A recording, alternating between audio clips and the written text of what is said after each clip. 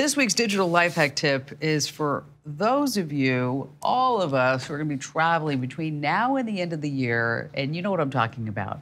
That you get on the plane, you're super excited that you have Wi-Fi, and then you get up in the air and you realize maybe the Wi-Fi isn't that great.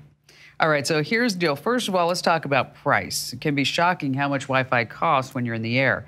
In-flight Wi-Fi can cost $16 or so for a day pass, $40 or more for a monthly pass, if you pay for it already in the air. Now, the key is to pay for your in-flight Wi-Fi before you travel. So what you want to do is ask your cell phone provider if they offer any discounts on in-flight Wi-Fi.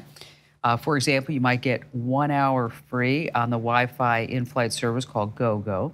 Secondly, you can pay for your Wi-Fi before you leave the airport. You can normally save about 50% by doing that. And if you're a frequent flyer, ask your airline about Wi-Fi subscription plans, because this way you can save even more money. But check with your credit card company, see if they offer free in-flight Wi-Fi with GoGo, Boingo, or any other service. We also have some links on credit cards that do offer the free in-flight Wi-Fi.